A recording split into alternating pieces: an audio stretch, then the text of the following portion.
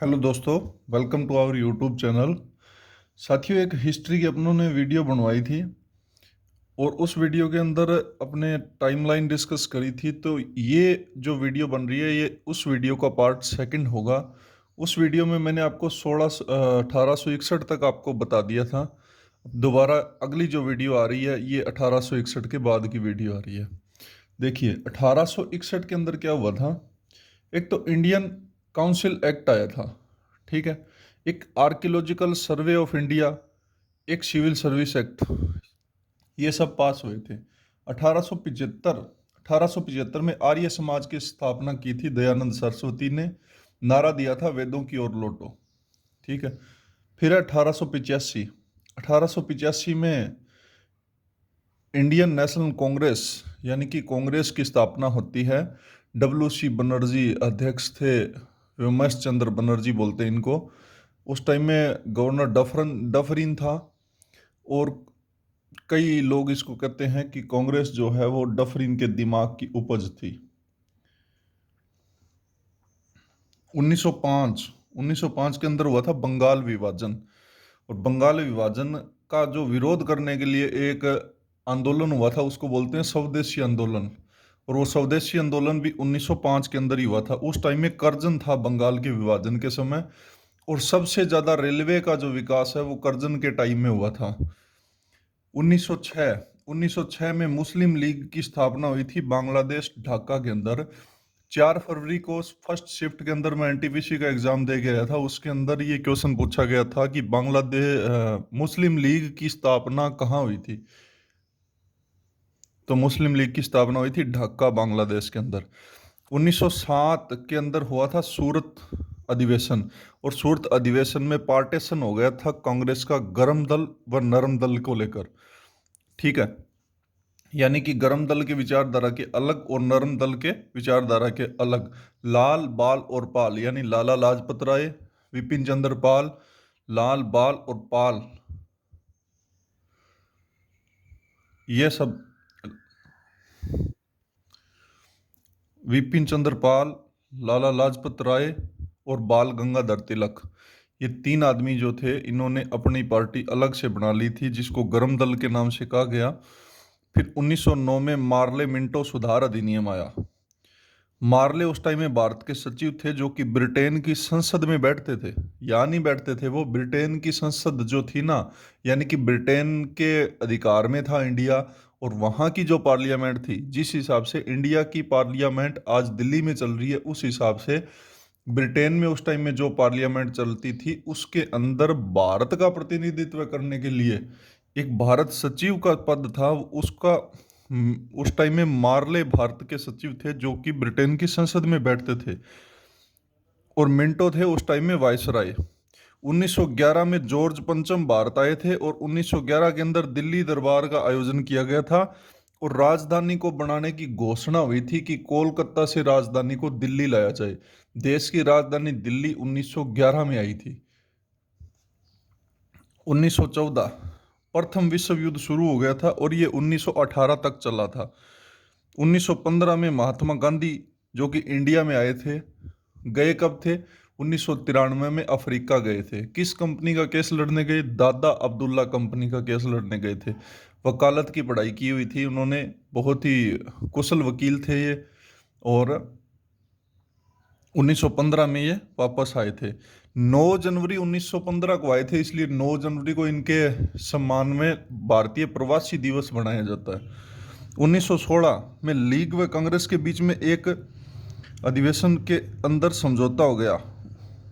1916 में ये वापस एक हो गए। 1916 में ही होम रूल लीग की स्थापना हुई। होम रूल लीग का मतलब क्या है? होम रूल लीग का मतलब ये है कि ये जो लीग जो है, मतलब कांग्रेस जो है, उसने एनी बेसेंट के प्रयासों से ये एक अधिवेशन लागू, एक सिस्टम लागू हुआ था। और वो कहते थे कि कुछ मामलों में भारतीयों को सहूलियत दी जाए। इसे ही अपने होम रूल लीग कहते हैं, यानी कि कुछ हद तक भारतीयों के रूल भी चलने चाहिए। आगे बात करते हैं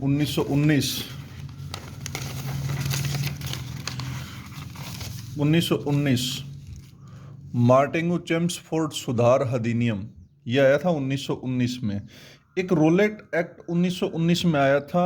उसका मतलब ये था कि सरकार जो है वो किसी भी आदमी को जब जी चाहे तब गिरफ्तार कर सकती है, उससे पूछताछ कर सकती है। तो इसको महात्मा गांधी ने काला कानून कहा था। और इसके विरोध के अंदर अमृतसर के अंदर जलियांवाला बाग में एक सभा हो रही थी, और उस सभा में गोलियां चलाने का ऑर्डर दे दिया था जनरल डायर ने। और उसमें अंग्रेजों के हिसाब से 379 यानी 379 आदमी मरे बता रहे हैं। और मदन मोहन मालवीय की एक कमेटी बनाई गई थी। उस कमेटी की रिकमेंड आई थी, तो उसमें उन्होंने 1000 से प्लस आदमियों का नरसंहार हुआ, ये बताते हैं। और ये घटना थी 13 अप्रैल 1919 की। 13 अप्रैल को वैसे बैसाखी का दिन मनाया जाता है। रविंद्रनाथ टैगोर ने अपनी नाइट हुड की उपाधि उस टाइम में त्याग कर दिया था, नाइट हुड की उपाधि त्याग दी थी। 1920 में असहयोग आंदोलन शुरू किया था महात्मा गांधी ने। 1922 में यूपी में एक चोरा चोरी नामक स्थान था। 5 फरवरी को पुलिस चौकी में आग लगा दी थी, जिसमें 22 पुलिसकर्मी जल करके मर गए थे, जिसके कारण गांधी जी ने असहयोग आंदोलन वापस ले लिया था। अगर ये आंदोलन वापस नहीं लिया जाता तो शायद भारत की उस टाइम में आज़ादी हो जाती। 1927 में ब्रिटेन में साइमन कमीशन बना। और ये साइमन कमीशन जो बना वो भारतीयों को कई कानून में मतलब लागू करने के लिए ऐसा सिस्टम बना था कि कोई भी कानून इंडिया के अंदर लागू होता है तो साइमन कमीशन की सिफारिश से लागू होगा। लेकिन मज़े वाली बात यह थी कि इसके अंदर एक भी भारतीय नहीं था।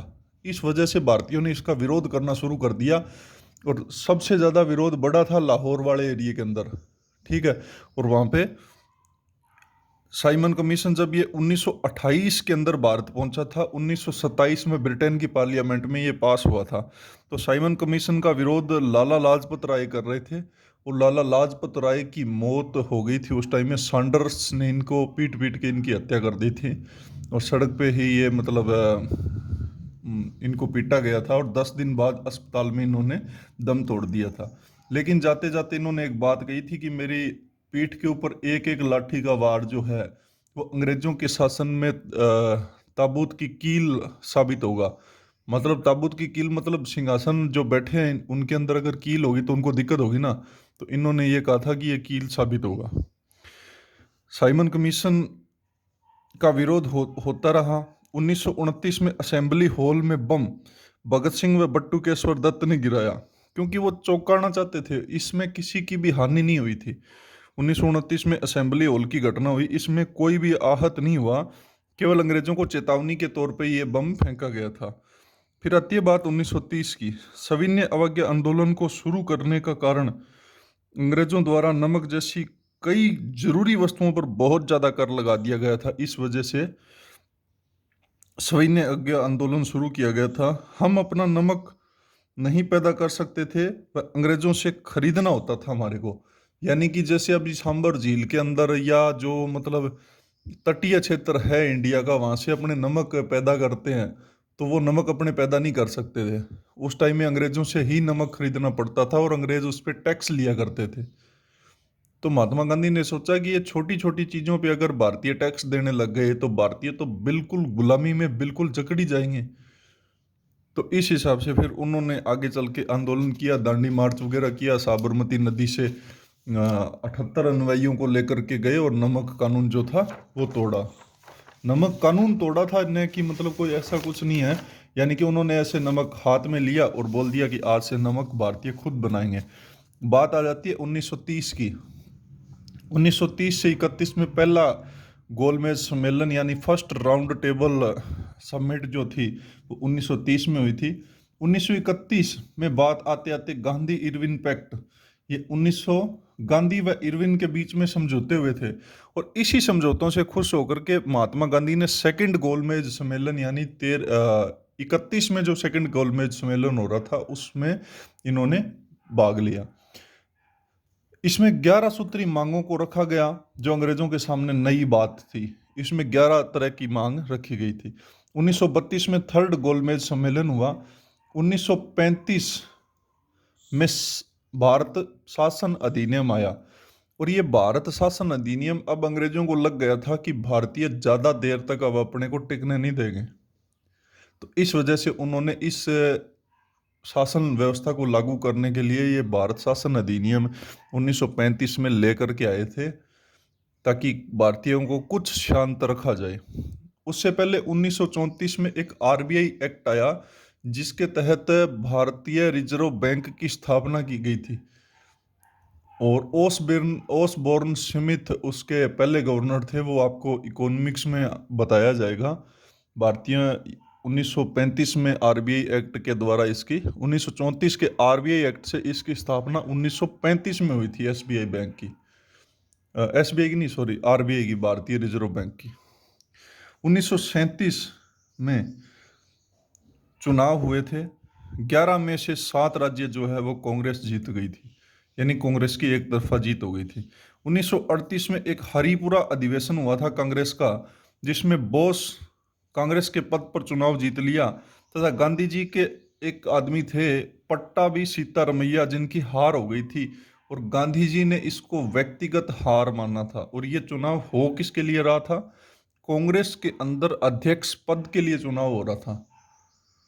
तो इसमें क्या है, सुभाष चंद्र बोस जीत जाते हैं, लेकिन सुभाष चंद्र बोस ने फिर वापस इस्तीफा दे दिया था और कांग्रेस को छोड़ करके अलग पार्टी बना ली थी इन्होंने।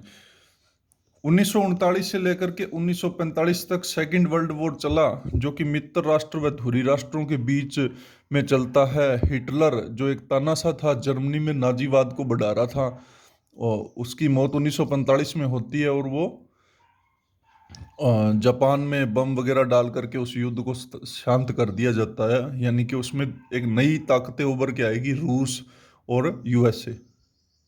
रूस उस टाइम में नहीं था, वो यूएसएसआर था उस टाइम में। रूस यूएसएसआर का विभाजन जो है वो 1991 में हुआ था। उसके बाद में 15 देशों में ये टूट गया था, जैसे उज्बेकिस्तान, जैसे ये देश है ताजिकिस्तान, ऐसे देशों में ये टूटा था। बात करते हैं 1942 की। क्रिप्स मिशन भारत आया था। क्रिप्स मिशन मेनली काम क्या कर रहा था कि क्रिप्स मिशन जो है वो डोमिनियन स्टेटस के आदेश पास हुए थे। यानी कि भारत को एक बात कह दी थी कि आपको एक डोमिनियन स्टेटस दे देंगे, यानी राज तो हम करेंगे आपके ऊपर। जो भी कानून फाइनल जो होना था वो ब्रिटेन की पार्लियामेंट से होगा, लेकिन रीजनल जो कानून है वो आपके आप खुद बना सकते हो। लेकिन उस टाइम में सेकंड वर्ल्ड वॉर चल रहा था, और भारतीयों की ज़रूरत थी अंग्रेज़ों को, और भारतीयों को पता था कि अगर अब इस टाइम में अपने इनकी सहायता करेंगे तो इस शर्त पे करेंगे कि हमारे को फुल आज़ाद करना पड़ेगा। तो उसके बाद में मतलब इसका बहिष्कार कर दिया था इंडिया ने, क्रिप्स मिशन को माना नहीं था इंडिया ने। 1946 में कैबिनेट मिशन भारत आया। 1947 में 3 जून को विभाजन तय हो गया था, 3 जून 1947 को, कि 15 अगस्त 1947 को भारत को आज़ादी दी जाएगी। 14 अगस्त को पाकिस्तान नाम के एक देश को आज़ादी दी जाएगी, जिसके 2 पार्ट होंगे, पश्चिमी पाकिस्तान व पूर्वी पाकिस्तान। जुलाई में भारत व पाक को आज़ादी दे दी जाएगी, ये भी इसमें निर्धारित हुआ था, लेकिन बाद में आते आते 15 अगस्त को आज़ादी दी गई थी। अब देखो 1942 में भारत छोड़ो आंदोलन भारत की जनता ने ही लीड किया, क्योंकि उस टाइम में सारे जो नेता थे उनको गिरफ्तार कर लिया था। ये क्वेश्चन यूपीएससी में पूछा हुआ है कि 1942 का जो भारत छोड़ो आंदोलन है उसको लीड करने वाला कौन था, या उसका लीडर कौन था।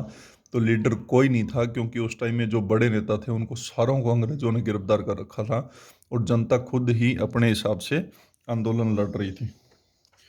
तो साथियों, ये था 1947 तक का एक छोटा सा मतलब सन के हिसाब से नॉलेज, कि किस सन में क्या हुआ, किस ईयर में, कौन से ईयर में क्या क्या घटनाएं हुई। आगे अपने इसी तरीके की वीडियो 1-2 और आएगी, जिनमें से जो इम्पोर्टेंट, जैसे कि मैंने आपको पानीपत की युद्ध, वांडीवास का युद्ध, ये तो बता दिए, लेकिन और बहुत सारे युद्ध हैं, जैसे कि बाबर द्वारा लड़े गए थे घाघरा के युद्ध है, चंदेरी का युद्ध है, ऐसे युद्ध नहीं बताए थे। तो अब अगले जो वीडियो आएगा नेक्स्ट, उसके अंदर ये सब बातें दोबारा से आ जाएगी, यानी उस वीडियो के अंदर, इस वीडियो में जो चीज़ रह गई वो उस वीडियो के अंदर आएगी। थैंक यू दोस्तों।